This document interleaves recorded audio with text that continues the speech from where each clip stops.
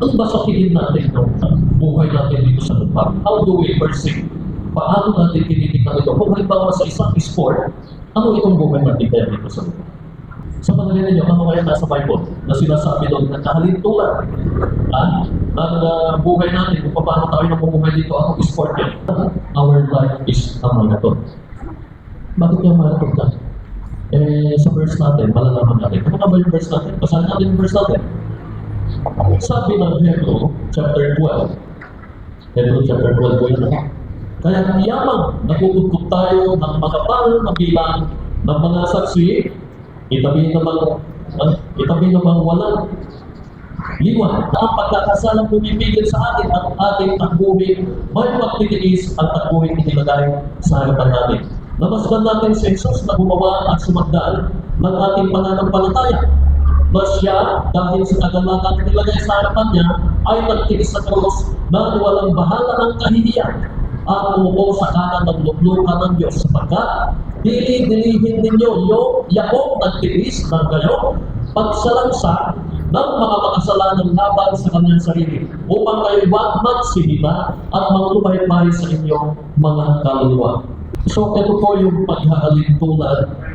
Ang author ng aklat ng Hebrew ay kinukonsider ng mga Bible scholar na either si Luke, si Paul, wala kasing definite na nakalagay doon na si Pablo yung sumulat. Pero yung yung mensahe, noong laman ng aklat ng Hebrew na ito ay more on may kahalintulan sa daway na magsalita si Apostol Pablo. Kaya sabi na dito, ang ating takbuhin, binanggit na. Kung maalala nyo, binanggit din minsan ni Pablo yan. I have finished the race. Sabi na, natapos ko na ang aking takbuhin at patungo pa rin ako. Patungo pa rin ako sa ibinagano ng Panginoon at gantimpala. Yun yung mga binabanggit ni Pablo, which is very similar po sa nila naman ang chapter 12 na yan. Ano po, yan po yung kahalintulad ng buhay natin. It is a race, it is a marathon. Kasi pinili siguro ito isang Bible scholar kasi yung pinakuhanan mo ng idea ng marathon. Marathon, he uses marathon instead of a race na kung saan papili sa Diyos. Marathon, alam naman natin yung takuin ng marathon, mahaba yan. It is not a sprint. Sprint kasi 100 meters lang. Gano'n naman, naglugan sa finish line. Pag may isa yung marathon, takbuhin talaga yan. Tumatakbo tayo. Ilang kilometer yan? Ganon yan, tagal ng marathon. At may tinitingnan tayo siyempre na finish line. So ano nga ba yung unang point ni Apostol Pablo dito? Tingnan natin. In takbuhin, sa isang takbuhin, ito dapat yung ating tinitingnan. If you want to finish it, ito dapat yung ating tinitingnan. Mayroon bang sumasali sa takbuhan na hindi ang aim niya ay marating yung finish line? May kilala ba kayong naging pagtubig o naging pagpaligsahan na hindi niya in-aim na ma-achieve yung finish line?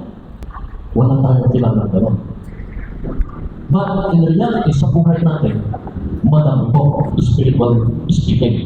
Madami po ang sakto lang na naniwala sila sa Panginoon, nakakilala sila sa Diyos, but actually they don't see. Hindi nila nakikita yung finish line. Hindi nila nakikita sila ay magtatagal. Because if they do, kasi kung nakikita ng karamihan na mga sumasali sa paligsahan, ang kahalintulad nating mga mananampalataya ay yung sumasali tayo sa paligsahan sa takbuhin na ito. Tayong lahat ay nasa takbuhin ng buhay pananampalataya. And yet, whether we like it or not, hindi lahat tayo ay nakatingin sa finish line. How can you say? Ano naman natin ang problema at mga issue sa mga churches, hindi lamang sa church natin. It is a good thing kung tayo na mga nandito, ang tinitignan natin ay yung finish line. Ano nga ba yung finish line niya? Siyempre, yung hangganan ng ating buhay, tumatakbo ka pa ba? Tumatakbo ka pa ba? Are you still running until the end? Masasabi ba natin na sa takbuhin pa tayo ng pananampalataya? Hanggang sa huli, hindi ka natin ba sasabihin nyo, hanggang 50 na pa, narinig mo na yung finish line? Hanggang 60 na pa, no? Your finish line is your life. The length of your life till death. That is actually the finish line. Na hindi mo pwede sabihin na hanggang 39-year-old, doon na yung finish line mo sa pananampalataya. It is a big no. That is why I call it marathon instead of a race. Because it is a very long natakbuhin na. Yan ang ipananampalataya. And maybe, sa mga panahon na yun, we must be careful na hindi tayo dapat nawawala sa focus. Napakadami kong mga inaalala natin ngayong mga panahon na ito. Napakadami po natin engagement at ang mismo na lingkod nyo ay tinatamaan ko sa salita na ito. Focus on the finished line. Just imagine, yan na yung pinagka-reviewhan namin nung kasama ko. Sabi niya, just imagine na 30 years ka na mananampalataya. And then, at the end of that 30 years, tapos tatapusin mo lang. Hindi pa naman buhay ka pa naman. O nagpahinga ka na sa iyong pananampalataya. So, it should not be like that. Hindi dapat gano'n ang maging buhay natin sa ating pananampalataya. It must be continuous. Ano po? At dapat panatilihin natin na tayo ay nasa takbuhin. Kaya nga, sa isang palaro na takbuhan, may rules daw. Hindi ka pwedeng lumabas sa tama ba? Hindi ka pwedeng maghanap ng shortcut. Hindi pwede. Kasi kung maghanap ka ng shortcut, kung magsisigwi ka, kakaliwa ka o kakanan, hindi ko ano yung patay binigay sa yung tinatanong mo, matitili. Kaya kung may isang tayo dito, matidisqualify tayo sa takbuhin. Ang tinutukoy na natin takbuhin dito, mga kapatid, don't be confused. I'm talking about our spiritual journey.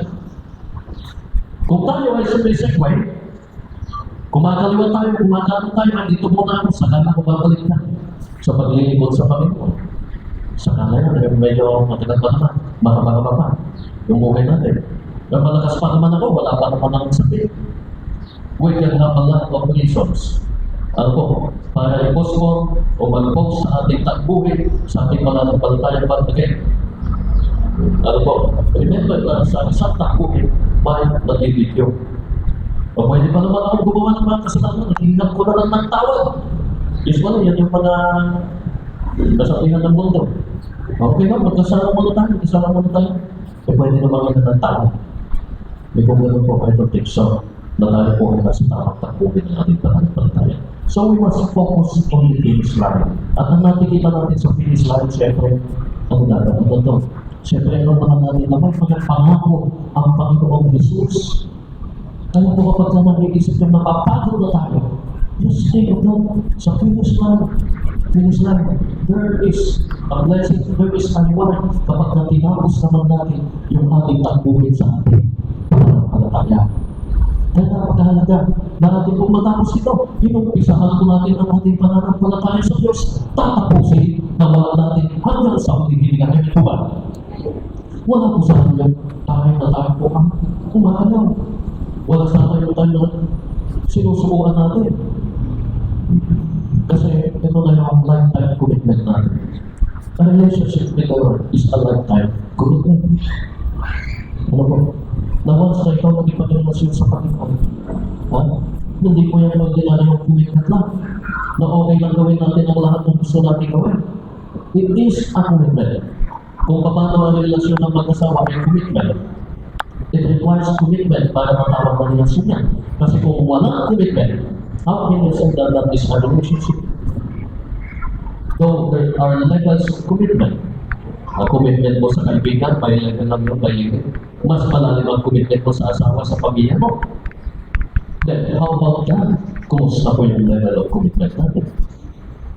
That is how we focus. We must examine our lifestyle and, of course, when we say lifestyle, our actions. Okay? Ano pa yung sinasabi niya? Let's fix our eyes on Jesus. Kanina focus on the finish line. Yung sinasabi nung dapat ikaw ay nasa pat ng race, ng takbuhin, nasa daan ka. Tinitignan mo yung dulo yung finish line. Ngayon naman, paano mo magagawa yun? How can you do that? Para manatili ka na nakafocus. Ang sabi niya, we must fix our eyes on Jesus. Na sa lahat ng ginagawa natin, ano po, sa lahat ng ginagawa natin, Kaya paulit-ulit ko na sinasabi na it should be Jesus ang nakikita natin. Kasi kung ako po, ang tinitignan ko bilang lingkod na itisok ko rin. Pinapaalala ko sa inyo. Kung mga lingkod niyo po, mga pastor po, mga maggalawa, we're not perfect. We're not perfect. Kasi kung ako ang pasyente niyo ng pananampalataya, there is no sense na kayo po ay mananampalataya. Kung mga nag-preach dito ang basihan ninyo, o yung kapatid o yung kapamilya ninyo, ang basis ng inyong pananampalataya, there is no sense at all na tayo po ay nasa pananampalataya. Ano pong ibig kong sabihin dito? Ha? For example, kung wala na yung kapatid mo, kapamilya mo, tatay mo sa church, hindi na magsipa, hindi ka na rin magsisipa. Ganun ba yun yung ating pananampalataya? Na kung wala na si Pastor Dali dito, hindi na rin tayo mag-i-start. Na nating Sunday service. So, let us check. Kanino ba tayo nakatingin? Saan naka-fix yung ating pananampalataya? Ano yung tinitingnan natin? Am I the basis of your faith? I might be a contributor to your faith. Nakakatulong ang pakikinig natin ng salita ng Panginoon upang tayo ay lumago. But actually, we're just a channel. We're just, ano tawag dito? Tool ng Panginoon upang maipanyag ang kanyang salita. But actually, sabi ko nga sa inyo, I am also part na recipient ng salita ng Panginoon. In as much as I would like to do my best, kailangan nila na may mga hamon din, may mga challenge din. Kaya nga, ang ganda ng pag-uusap dito niya po sa Panginoon, sabi niya dito. Actually, bago pa man din yung verse 1 natin, may isang tapos ito. Itabi natin ang bawat pabigat at pagkakasalang madaling bumibitag sa atin. Hindi na tayo na sa verse niya. But actually, may mga pabigat. Kapag ikaw ay tumatakbo talaga sa takbuhin, hindi pwede na may daladalangan pa. Hindi pwede na may bitbit na. Yan po yung sinasabi doon. Hindi pwede na may pasanik tayo na tumatakbo. Any, anong ibig sabihin? Any irrelevant sa ating takbuhin. Sa ating pananampalataya. Ano dapat natin gawin? If it damage, ano ba yung irrelevant? Ano ba yung sinasabi mo, Pastor, na walang kahalagahan o kabuluhan ng mga pasanin natin? Yun yung mga bagay that is destroyed. It damages our faith. May mga nagdala-dala na nananasihin sa iyo po na ata. It makes you stumble. Nadadapa ka. O it makes you hindi ka makausap sa iyong pananampalataya. And then what makes yung mga burden na hinihibat na pinabanggit dito ng mga pamilya?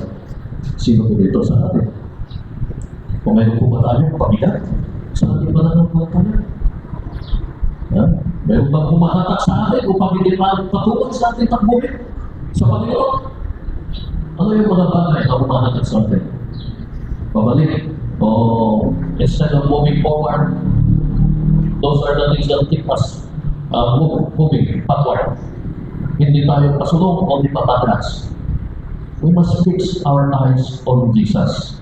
Kasi kung yung mata natin, iba-iba yung mga bagay na tinitingnan, how can we focus on the fitness line? We have to fix our eyes on Jesus. Yan po yung binabanggit niya Apostle Pablo kung siya man ang sumulat dito. Kaya sa verse 1, napakaganda ng terminology sa verse 2, looking only at Jesus. Kung na-receive na rin natin, kapag sinabi bang focus lang, mag-fix lang kay Jesus, siya na lang ba lahat? Hindi na ba ako pwede ba? Ang tumas na rin pagtatrabaho ko. Ibig sabihin ba, kung minsan naabala ko. Naabala yung paglili ko dahil may trabaho, dahil may hanap buhay. Ibig sabihin ba alisin na natin mga yun? Well, if you are fixing your eyes on Jesus, our top priority is Jesus. Yan ang mga ibig sabihin. Kaya pilit ako sa mga mananampalataya that they can make excuse. They can make excuse for Jesus' sake. Yan ang totoo yan. Kaya kung bumibili ba ka sa may mga paninindigan sila, INC. Ano na yun, yung 7-day Adventist. Kasi sa workplace namin, kahit may trabaho, pag halimbawa sinabi may gagawin tayo sa Saturday, kagaya ng development, mga teachers na nasa ng Saturday. Yung 7-day Adventist, hindi po ako pwede dyan. Stick sila na hindi sila pwede magtrabaho ano ng Sabbath. They can insist. Kasi sa government actually, religion is expected. Hindi pwede insist. Kaya nagtataka na tayo. Yun natin panis natin sa government natin. Ang linggo. Alam mo yung board exam, ginamit ng tuwing linggo just for the sake. Ito, 7-day Adventist na kasi mag-protest na. Kaya na exam ng government. Affected yung sa akin, nagtataka na ng board exam. Sa akin. Because there are protests from other religious denomination na hindi sila pwede lang sa Saturday. So, that is, kung bakit, ang point na lang natin dito, if they can excuse sa kanilang trabaho, gano'n din tayo, plano din natin. Madami nagkakalahan. For Jesus' sake, yan ang mga ibig sabihin na fixing our eyes on Jesus is making Jesus the top priority as well sa ating buhay. Hindi natin pwedeng sabihin na naka-fix yung mata natin sa Panginoong Jesus, tapos yung ginagawa natin ay wala o papalayo sa Panginoong Jesus. We can't claim that. Kaya nga po napakahalaga na dapat tayo tinitignan natin ano yung basis na natin pananampalataya si Jesus pa ba? Or our own comfort ba? Hindi ko feel ngayon magsimba. Hindi ko feel ngayon manalangin. Hindi ko feel ngayon na masisunod sa mga gawain ng simbahan. What is our basis? Because yan ang magdidetermine kung ano yung mga bagay na tinitignan natin. Yung feeling natin, emotional condition natin. Yung ba yung tinitignan natin, basis natin. Our faith, nakabase ba ito sa emotion natin? Nakabase ba ito sa isipan natin? It could be na yung basis o yung tinitignan natin yung isip natin. Ang dami isip ko ng bagay-bagay. It could be ang emotion natin. Hindi ka mag-material na bagay. Madami kong kakompetensya ang Panginoon Jesus. Kaya kung paulit-ulit ng Biblia na sinasabi niya. Kaya kapatid yung commandment, sinasabi niya, ano sabi niya? Ano kaunang-unang commandment? Greatest commandment. Magtataka pa ba tayo kung bakit kaunang naman? Because that should be the top priority. Ibigin mo ang Panginoon ng Diyos ng buong puso, ng buong kaluluwa, ng buong pag-isip. Nakatap yun.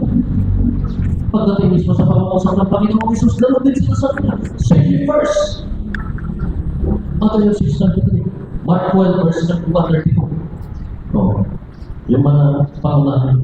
Ang pinakwento ko na ito, you can still do your things, you can still do your tasks, your jobs, your works, but you can still prioritize Jesus. Hindi na. Kung ang tingin natin ay ang preference si Jesus, hindi na ganun ang pagpapriority sa Panginoon. Our work should be the one. Ano po? Kung meron dapat sa gaban, yun yung trabaho natin, yun yung hanap buhay natin, yung magpatalihan na bagay, yun yung magplano natin sa buhay. Hindi natin pwede sabihin na ang Panginoon ay sa gaban sa ating pamumuhay pananampalataya. Because if that is the case, magkakamali mo yun. Nagamitan kasi, gano'n ang nangyayari sa atin. Ang nagiging obstruction sa ating trabaho ang paglilingkod sa Panginoon. Why not make your work, your job, o lahat ng pinagkakabalahan natin as obstruction sa ating pananampalataya? Kasi kung gano'n, kaya natin kagbihan, ay, hindi po ako pwede ng Sunday kasi may service kami.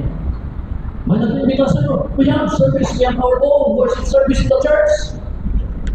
Diba? That is fixing our eyes on Jesus. Pero kung kaya natin, kaya natin ibalik ang ating paringin, ilagay sa Diyos. Hindi yan pag-fix. Hindi yan fixing our eyes, hindi yan nakataon. Pag sinabing fix, nakataon lamang yung ating paringin sa Panginoon Diyos. Kaya nasabi ko, pati yung pagluluto, pati paglalabang lahat naman, pwede naman mauna pa din ng Panginoon. Pwede pa din natin pakunin ng Panginoon. Pero yung mga bagay na dapat natin ginagawa sa Panginoon, ay sinasabi natin, just for the sake ng mga bagay na gusto natin gawin. It is a big question mark sa ating pananampalataya. Well, lahat po tayo tulungan naman tayo ng Diyos. Ano ba? Kung may malungkot, ang ganda na encouragement ni Apostle Pablo dito, yung pangatlo. Find strength in the struggle, sabi niya. Since we also have such a great cloud of witnesses. Yan yung mga sinaunang mga tao na nanampalataya sa Panginoon Diyos na sila man din kinaya nila yung kanilang takbuhin sa kanilang pananampalataya. Hindi sila sumuko, hindi sila umayaw, hindi sila huminto. That's why they were considered as cloud of witnesses surrounding us. Sila po yun. At ang pinakamagandang ehemplo ng pagpapatuloy sa takbuhin at siyempre ang Panginoon natin Jesus. Kasi alam ng Panginoon, ang nagdada kapag tayo po ay very familiar sa word ni God. It is easy for us to determine the answers of the Lord sa ating pong sitwasyon, sa ating pong panalangin. Kasi natin kapag sinasabi mo, pagod ka na, ayaw mo na. Ayaw ko na Lord, pagod na ako. Gusto ko na magpahinga muna, gusto ko maglayo, gusto ko mag-relax muna, nakakapagod na. But if you are familiar with the word of the Lord, it says there na tayo 11:28. Diba? Promising. O sabi ko, lumapit din sa akin, kayo lahat na, napapagod na bibigatan. Very comforting po ang Panginoong Jesus natin. Kaya kung nakala natin, demand lang siya ng demand. No, actually, it is our own say. Hindi ko naman maging pabigat ang salita ng Panginoon. Sapagkat ano yung ginagawa natin, magiging magaan po ang ating buhay. Just imagine, if we have the Lord, and everything, naalala ko siya, nananalaman ka, babasa ng word niya. Diyan mo kaya kalakas ng mananampalataya kapag gano'n. But whether we like it or not, our faith starts to decline. Pagka umpisa mo na, hindi pansinin si Lord. Ayaw mo na manalangin.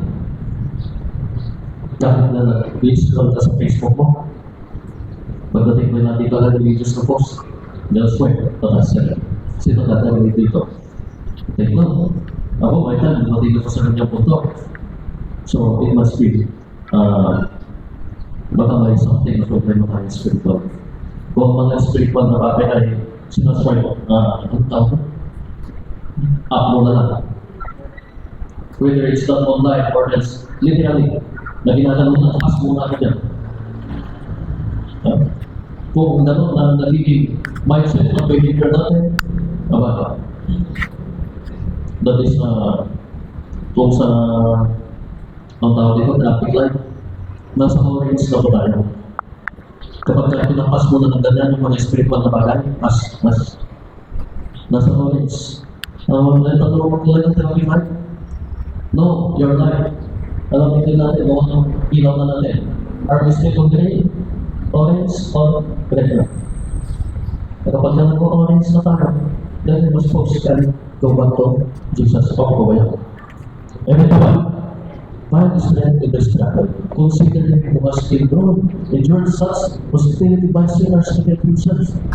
Ang Panginoon Jesus, hindi pa tayo dumaan sa dinanas niya, sa mga dinanas ng mga naunang mananampalataya. Kaya nga, sabi niya, we also have such great cloud of witnesses. Sila, napakalat natin, available tayong sumamba sa loob ng church, walang lambabato sa atin, walang humuhuli sa atin, dumadali sa atin, in comparison sa mga naunang mananampalataya. Katakot-takot po ang kanilang pinagdaanan. Panahon ng Apostolic Church, nandiyan na naiuusik sila, dinadakit sila, pinagbabato sila, kagaya ni Stephen, nandiyan na hinakupik sila, sila Peter, nananahan sila, pinagpapalo sila, ikikulong sila. And that is the experience ng mga kapal natin mananampalataya. Somewhere in the Middle East, North Korea, hindi pa natin dinadanas pa rin mga kapatid. And yet, they insist on serving the Lord. They insisted on serving the Lord, and they kept on walking or running sa kanilang journey, sa kanilang pananampalataya. Tayo, hindi pa natin inabot yung mga bagay na yun. Simple, pagkulat lamang. Sabi yan, ambot pala. Kumain mo, umuulan, ano natin? Ito tayo magsisipa. Yan pa lang yung mga na-encounter natin. Masama yung pakiramdam natin. Kabigat. Bigat yung ano yun, masama, dahil sa may masama pa rin ang ano. Ibagay kapag nagtatrabaho natin, kahit mabigat yung pakiramdam natin, babago tayo at nagtatrabaho. Kaya naman natin. Ibagay pagdating sa Lord, just a slight of our feeling na hindi maganda, ay kaya natin pinagwilan as valid. We look at it as valid reason upang itabi isang tabi ang ating pananampalataya sa Diyos. Marami pong pananampalataya na. Hindi naman po tayo ang nakaka-experience ng mga bagay nito. Halos lahat yata ng church. Just a slight thing. And then, sabi nila, Pastor, umuulan kasi, Pastor, masama yung pagkakas na. Those are valid for them. Those are excuses for them. Well, I am not the one. I am not authorized to make judgment. But what I am saying is that let us learn din naman na ipaglaban yung ating pananampalataya. Na sana sa sarili natin, kaya natin depensahan ang ating pananampalataya. Kung sa sarili natin, hindi natin madepensahan. How much the external forces? Paano ba yung external force? Kung sa sarili pa lang natin, hindi na natin kaya. Eh, paano pa kaya pag may pumipigil na sa atin? Na huwag niyong gawin yan. Huwag ka na magsipa dyan. Huwag ka na manalangin. Huwag ka na maglingkod kay Lord. Wala ka naman mapapala dyan. Nagpapahirap ka dyan. Nagsasakripisyo ka dyan. Ano napapala mo dyan? How much more? So, nagdalong po mga force, external force. I'm ready to combat. So, let us learn. Ano po? Find the strength. Talaga tayo maghanap. Always again, napaka-comforting yung salita ng Panginoon. Philippians 4:30. Ano sabi ni Pablo? This man who the greatest apostle for me. Wala na ang sabi. Nasa Philippians siya nakakulong. And then, siya pa yung nag-encourage. Nasa bilanguan na, nagugutom. Nakukuhan doon. Iniwan na bilang niya mga kaibigan niya. Sabi niya sa chapter 2 ng Philippians, magala kayo. And sabi niya sa 4:30, I can do all things through Him who strengthened me. That should be our Lord. In times na tayo po ay down, in times na tayo ay nanghihina, naglalamig. Please, sabihin naman natin, Lord, strengthen me. Just a simple word na sabihin natin, Lord, palakasin mo ako. Is that too hard for us to do? Mahirap po ba sa atin? Nasabihin, nabigkasin. Palakasin mo ako, Lord. Ayoko na ganito. Let us learn to find strength in our struggle. At ang ganda ng kasiluhan, Jesus. Bakit sinabi na Apostle Pablo again, I can do all things? Because the one who gives you strength can literally do all things. Because in Luke 1:37, nothing is impossible with God, mga kapatid. If you think napakahirap, napakabigat, eh buhay tayo eh. That is a blessing. Kasi kung hindi naman nabibigatan, ano ang tawag doon? Kung hindi naman nakaka-experience ng kahirapan, then we must be pantay na ng paan natin. Yung katotohanan na na-experience natin yan, it is a proof that we are still alive, mga kapatid. We are alive and kicking. Malakas pa tayo, kahit pa natin. May laban pa tayo. Yan ang nakatawag po, yung magpantay ng paan natin. Na nawala tayo sa Diyos, wala tayo sa Diyos. But as long as we are still alive, let us. Ano po, ganyan po talaga. Huwag po tayo magtaka na tayo ang kakaiba kapag may mga dumarating ng mga pagsubok sa buhay natin. We should not be astonished because that is part of our life. Ano po? Find strength. Ang sabi nito, natutuwa po ako sa napakanoon. Sa inyo, pakikipaglaban, verse 4, kapag tinuloy natin yung ating mga verses. Even the other knows, ang Diyos, alam niya na ipaglaban tayo. Sa inyo, pakikipaglaban sa kasalanan. Hindi pa kayo humantong sa pagdalat ng inyong dugo. Nakatahan ni Kristo. Hindi lang kasalanan ng ating nilalaman. Hindi lang mga pagsubok na. Kundi pati mga kasalanan niya. Nagdag natin with sin sa definition ng bagong iba, nadagdagan pa. Usually, sin is just about breaking the law. During the time of Moses, nilabag mo yung batas, kasala ka. But in your Testament, If you know the right and you're not doing it, you are committing sin. In New Testament, Matthew 5:19, if you think negatively or with immorality against your kapwa, nagkakasama na. Just thinking. Di ba? Napakabigat po ng mga pinagdadaanan natin. Napakadami. But actually, gusto lang kasi ng Panginoon na hanapin natin sa kanya lahat ng lakas natin. We face not or multiple challenges for us to recognize that there is only one. Ang kaharap ka dito, may problema. Wala pang kaya naman na walang problema sa buhay natin. Alam ka na, pag umalag ka sa trabaho, may problema. Pag umalag ka sa family, may problema. Pag umalag ka dito, may problema. Pati sa church, may problema. Wala pang kaya. Because I realize that God is directing us toward Him. But tignan natin, it's not all about you facing those things. It's all about me. Go back to me. And let us. Yan yung ginawa natin. Madala tayo sa mga kwento sa Biblia. David and Goliath. It is not David. It is not the stone. Hindi yung bato. Hindi yung tinagawin lagi namin ni David. Hindi din about espada. Hindi about hindi about sa size ni David. Hindi about sa galing ni David. Magpaglaban sa iyo. It's all about walang pati. It's all about God.